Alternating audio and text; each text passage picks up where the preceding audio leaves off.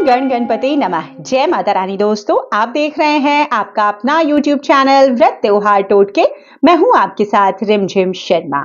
दोस्तों, आज इस वीडियो में मैं आपके साथ माघ मास के चौथ व्रत, जिसे हम संकष्टी चतुर्थी, संकटा चौथ, सकट चौथ के नाम से जानते हैं, उसकी पूजा विधि करके शेयर करने जा रही हूं।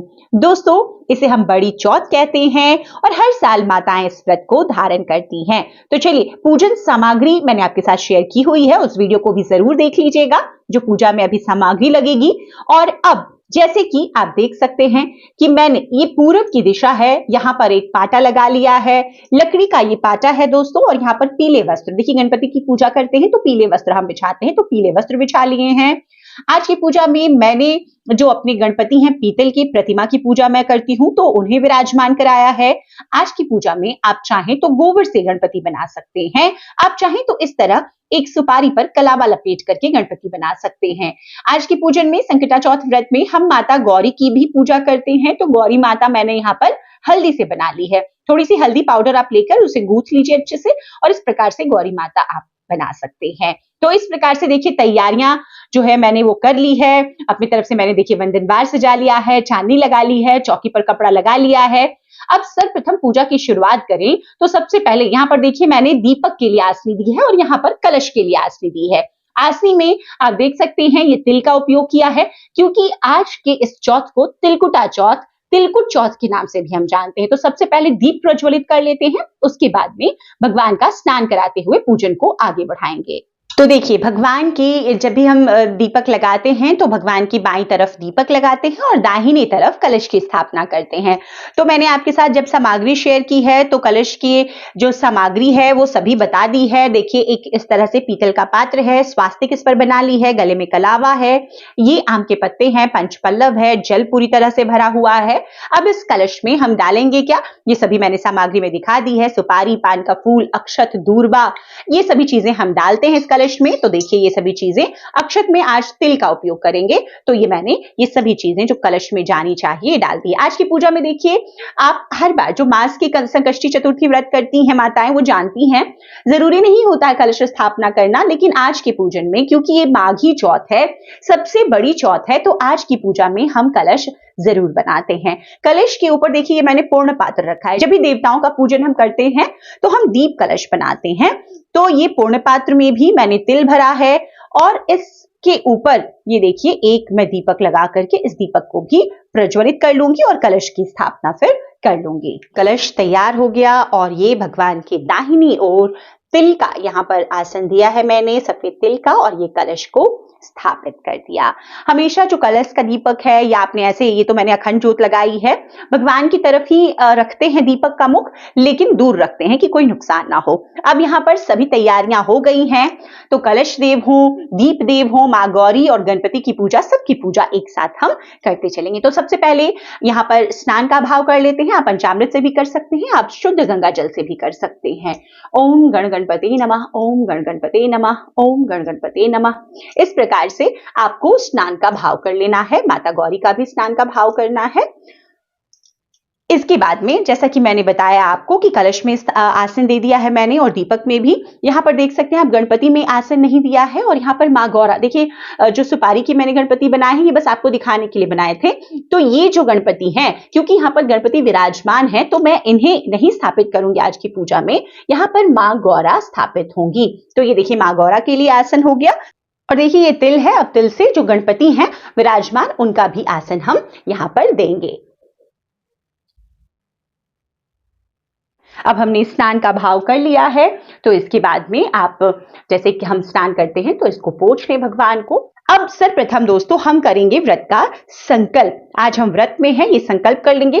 देखिए ये जो पूजा होती है ये सुबह में पूजा होती है, तो सुबह में ही हम संकटा चौथ व्रत की, जो माघी चौथ व्रत माताएं करती हैं, उसका संकल्प लेती हैं। पान का पत्ता लेंगे, उस पर एक सुपारी, ये है तिल, एक सिक्का और फूल, ये लेकर के आप जो व्रत कर रही हैं आज का, उसका संकल्प ले लेंगी कि आप अपनी संतान की उन्नति, तरक्की, दीर्घायु के लिए संकटा चौथ का व्रत कर रही हैं, सकट चौथ का व्रत कर रही हैं। भगवान गणेश, माँ गौरा आपकी इस इच्छा को पूर्ण करें, आपका जो ये व्रत है वो अच्छे से पूर्णता से सफल हो और प्रभु का, माता का आशीर्वाद आपको प्राप्त हो। इस तरह से आपको ये जो यहाँ पर संकल्प का पान का पत्ता है रख देना है, अब साइड में इसे रख दीजिए।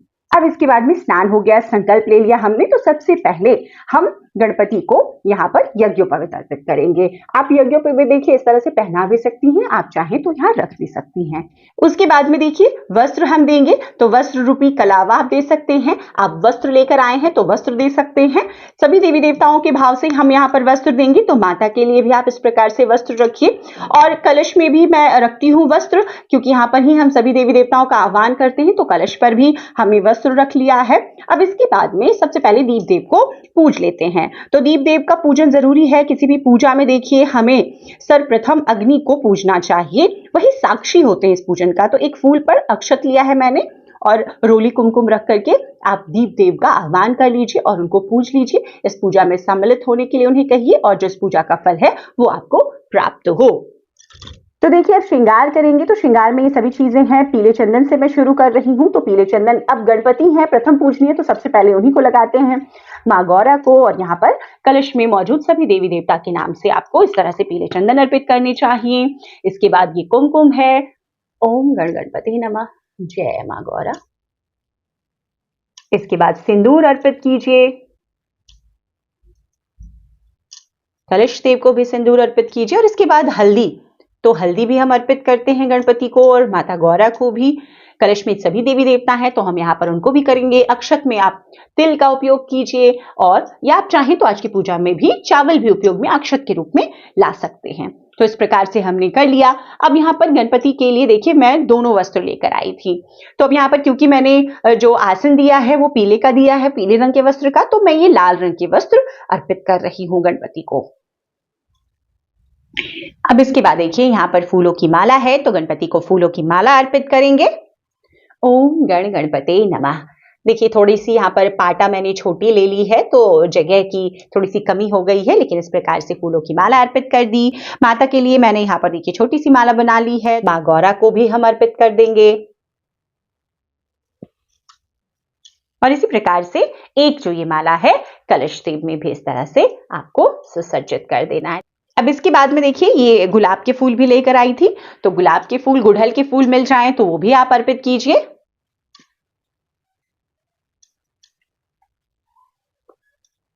सफेद फूल देखिए, सफेद फूल भी आप अर्पित कर सकते हैं।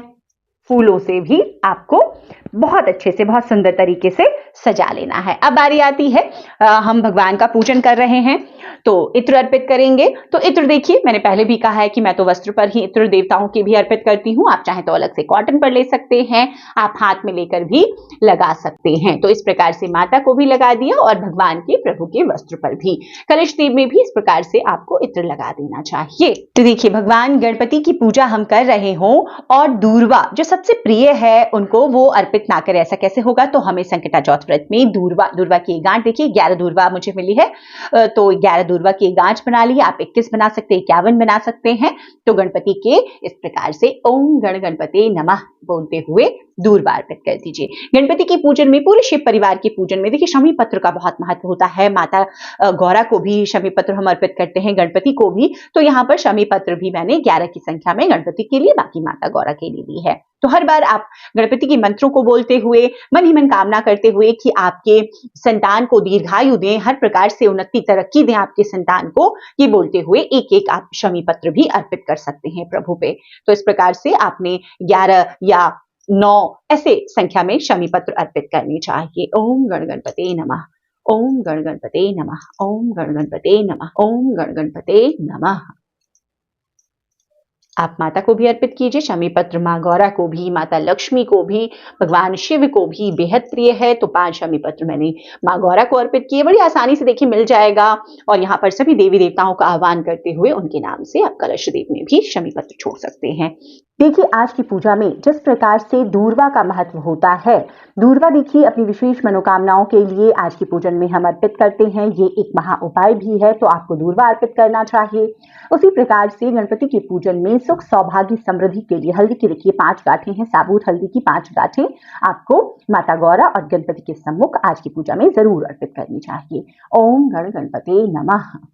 इसके बाद में दोस्तों अब बारी आती है भोग की। तो भोग अर्पित करें उससे पहले आपने जो भी श्रृंगार के लिए सामग्री ली है वो आप गौरा माता के नाम से अर्पित कर दें। जय माँ गौरा, जय माँ गौरा, जय माँ गौरा। आप इसमें देखिए 5 ले सकती हैं श्रृंगार की सामग्री, आप चाहे तो 11 ले लें, 16 ले लें, वस्त्र भी आप रख सकते हैं। कई लोग देखिए सास को बाया स्वरूप में ये देते हैं और कई लोग खुद में इस्तेमाल करते हैं, तो जैसी आपकी जो इच्छा है वो कर सकते हैं। देखिए जो अब आज का भोग होता है वो बहुत सबसे ज्यादा महत्व रखता है तिलकुट चौथ में, वो है तिल से बने हुए लड्डुओं का भोग। तो 10 लड्डू ये हैं जो हम लोग मानते हैं, वो 10 लड्डुओं का भोग लगाते हैं। यही 5 जो लड्डू हैं ब्राह्मण को दान स्वरूप और 5 लड्डू अपने संतानों को खिलाते हैं। बाद में ऐसे ही 10 लड्डू आप अलग से रख लीजिए, वो माताएं ग्रहण करती हैं। ओम गण गणपते नमः, ओम गण गणपते नमः, ओम गण गणपते नमः, जय माँ गौरा, जय माँ गौरा। ऐसे करके आपने ये लड्डुओं का भोग अर्पित किया। इसके बाद में जैसे मैंने कहा था कि लड्डू मिल जाते हैं या बना लेते हैं, यानी तो इस तरह से तिलकुट हमारे यहाँ बने बनाए मिलते हैं, तो इसका भोग आप अर्पित कीजिए गणपति को, माता गौरा को, सबको दिखाते हुए ये आप भोग अर्पित कीजिए। इसके बाद में हम सभी जानते हैं कि गणपति को लड्डू बहुत प्रिय हैं, तो लड्डू या मोदक जो भी मिले आप वो भी भोग स्वरूप आज गणपति को जरूर रखें। तो ये सारे लड्डू यहाँ पर रखें। तो इस प्रकार से मैं अलग से ये, क्योंकि प्लास्टिक के पात्र में है तो मैं अलग से ये लड्डू रख रही हूँ। इसके बाद बारी आती है देखिए सीजन के फल के। तो सीजन के जो भी फल मिले वो फल आप गणपति को अर्पित कर सकते हैं। तो जैसे मैंने देखिए एक थाल में इस तरह से 5 फल रखे हैं, आप चाहें तो यहीं पर जो उनका पाटा होता है उसी पर फल रख सकते हैं। तो थोड़ी सी मैं संख्या यहाँ पर कम कर देती हूँ और उसके बाद में इसी पाटे पर ओम गण गणपति नमः, जय माँ गौरा, जय माँ गौरा। तो ये जो भी आप फल लेकर आए हैं आप इस प्रकार से भगवान को अर्पित कर दें। ओम गण गणपति नमः, ओम गण गणपति नमः, ओम गण गणपति नमः। तो इस प्रकार से हमने फल का भी भोग जो है वो प्रभु को अर्पित कर दिया। जब हम भोग अर्पित कर लेते हैं ना तो मुख शुद्धि का पान मैं अर्पित करती हूँ। तो मुख शुद्धि के पान में देखिए एक पान का पत्ता है, उस पर 2 इलायची 2 लौंग रख करके ये मुख शुद्धि का पान का पत्ता, तो यही भोग के साथ में आप यहीं पर साइड में इसे भी रख सकते हैं। तो ये मुख शुद्धि का पान भी अर्पित हो गया। तो जब भी हम कोई पूजन करते हैं तो अपनी जो भी कुछ चीजें रह जाती है उसके लिए हम दक्षिणा भगवान को कुछ भी अपनी श्रद्धा के मुताबिक जरूर रखते हैं। तो ऐसे करके आप कुछ भी दक्षिणा जरूर रखिए। इसके बाद में दोस्तों ये आचमन के लिए जल, देखिए कुशक आचमन है, इसके साथ में गंगा जल है, तो आप ये भी रख दें। अब इसके बाद बारी आती है, हमने इस प्रकार से संपूर्णता से जो पूजन विधि है वो कर ली है। अब इसके बाद हम पढ़ेंगे कथा। तो कथा के लिए क्या करना है, हाथ में आपको तिल लेना है, आप उसके साथ ही एक फूल भी ले सकते हैं। तो तिल और फूल रख करके आपको अब कथा गणेश चौथ की पढ़नी है। तो हमने कथा की जो है किताब निकाल ली है, अब मैं इसमें से निकाल लेती हूँ माघी चौथ की व्रत कथा। तो देखिए किताब हो सकता है आपके पास अलग भी होगी, मेरे पास जो किताब है ये है, इसमें ऋषि शर्मा ब्राह्मण की कथा। तो ये जो कथा है इसको आप संपूर्णता से पढ़ेंगे, उसके बाद में आपको आरती करनी है। अब देखिए ये जो तिल है ना, इस तिल से आज की पूजन में जो दूसरा इसका पक्ष होता है वो होता है शाम में चंद्रमा को अर्घ्य देते हैं हम, और चंद्रमा में हम भगवान गणेश का ध्यान करते हुए अर्घ्य देते हैं चंद्रदेव को। और जो ये तिल और फूल है ना वो उसी पात्र में आपको डालना है और इसी जल से चंद्रदेव को अर्घ्य देंगे, उनका पूजन करेंगे और उसके बाद में व्रत को खोला जाता है। तो देखिए मैंने एक पात्र में रख दिया है, जो कलश चंद्रदेव का है वो शाम में हम तैयार करेंगे और उससे ही हम अर्घ्य देंगे। तो इस प्रकार से ये सुबह की पूजा है जो आपने संपन्न की। अब बारी आती है आरती की। तो हम गणपति की आरती करेंगे। आरती के लिए इस तरह से आप एक थाल सजा लें, उसके बाद में आपको कपूर से भी आरती जरूर करनी है। तो गणपति की आरती तो देखिए हम सभी पूजन में करते हैं। जय गणेश जय गणेश जय गणेश देवा, माता जाकी पार्वती पिता महादेवा। तो इस प्रकार से गणपति की पूरी आरती आपको संपन्न करनी है। तो आरती में कपूर आज के पूजन में आपको जरूर जलाना है, ये भी एक उपाय है। बाद में जब उपाय मैं शेयर करूंगी उसमें भी बताऊंगी। तो इस प्रकार से सकट चौथ व्रत की जो ये पूजन विधि है दोस्तों संपन्न होती है।